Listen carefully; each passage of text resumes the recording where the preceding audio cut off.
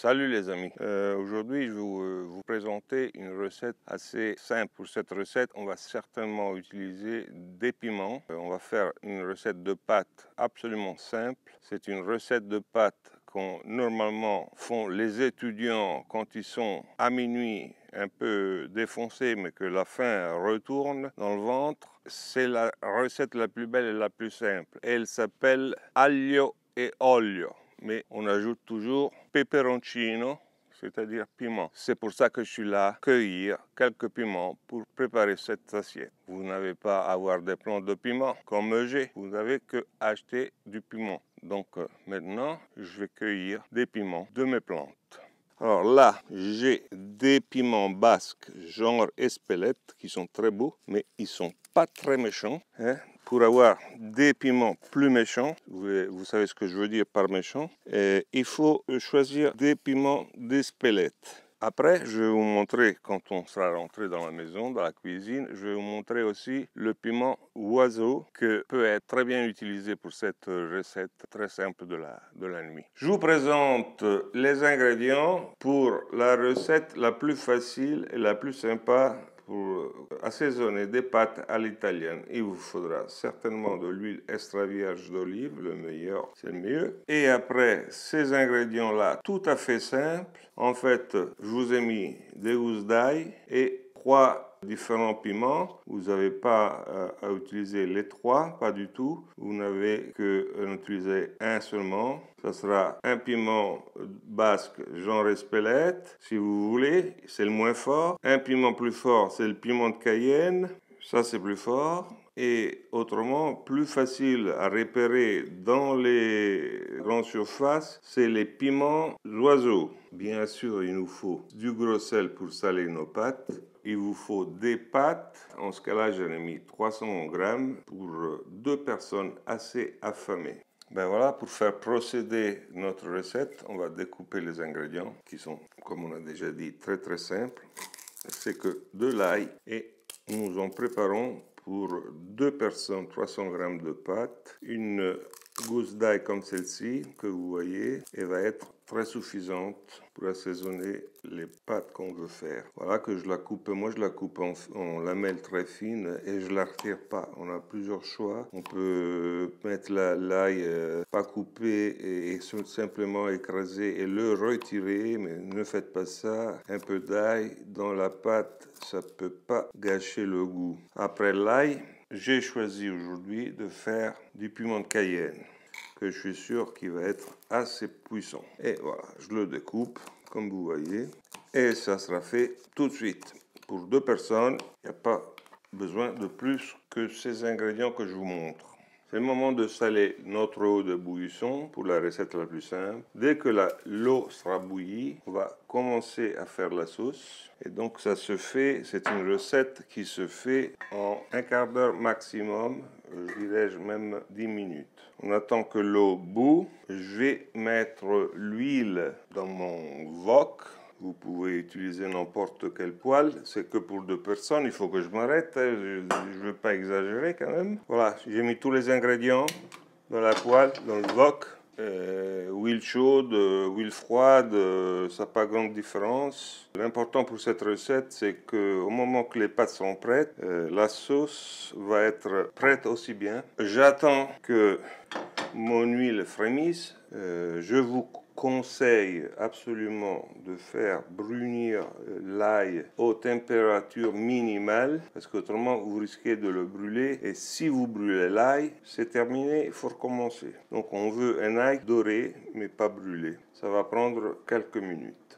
Alors notre eau est en train de bouillir.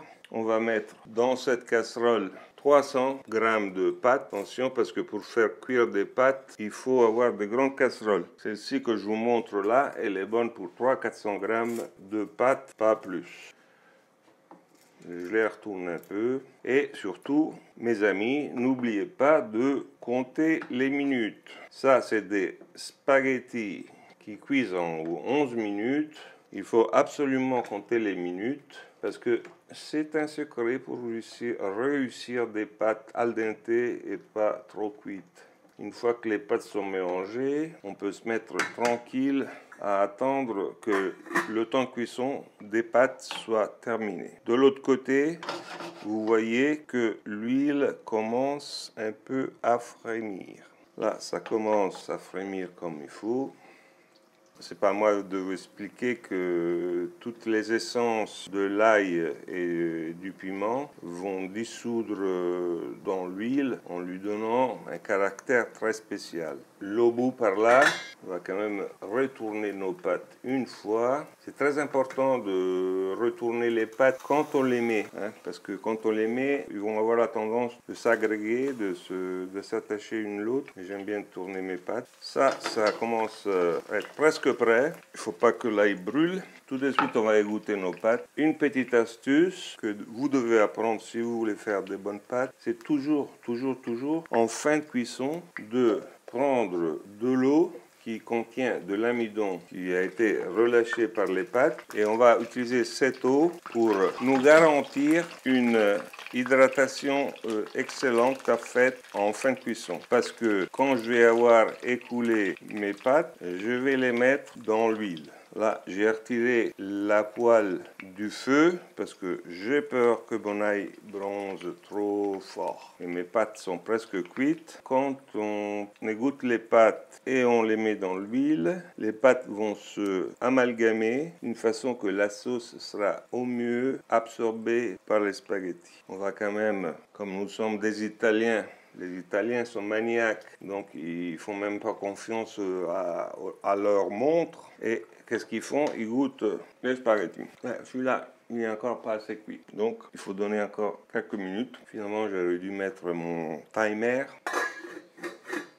Pour suivre cette méthode, il faut quand même retirer les pâtes de l'eau qui bout 1 minute avant que ce qui est indiqué sur la boîte. Et nous sommes arrivés à ce moment-là. Finalement, on a une casserole fancy. On va goûter les pâtes. Notre sauce a repris à frémir.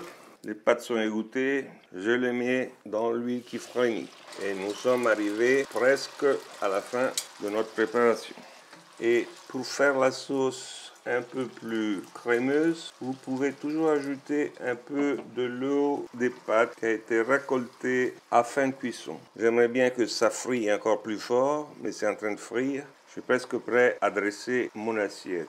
Je vais verser mes pâtes dans une assiette. Ça, c'est des pâtes bien gourmandes, avec beaucoup d'huile. Si vous êtes à la diète, vous pouvez en mettre moins. Et ce qu'il nous reste à faire, c'est de les déguster. Voilà, je vais maintenant goûter aux spaghettis. Je vous fais remarquer que cette assiette de pâtes, elle n'a pas besoin de parmesan. Pour ajouter à sa simplicité le fait que finalement, on n'a besoin que de l'ail. Et si on veut, et c'est mieux d'en mettre, du piment. Là, je fais des fourchettes un peu trop grosses. Mais moi, je suis gros. Attention.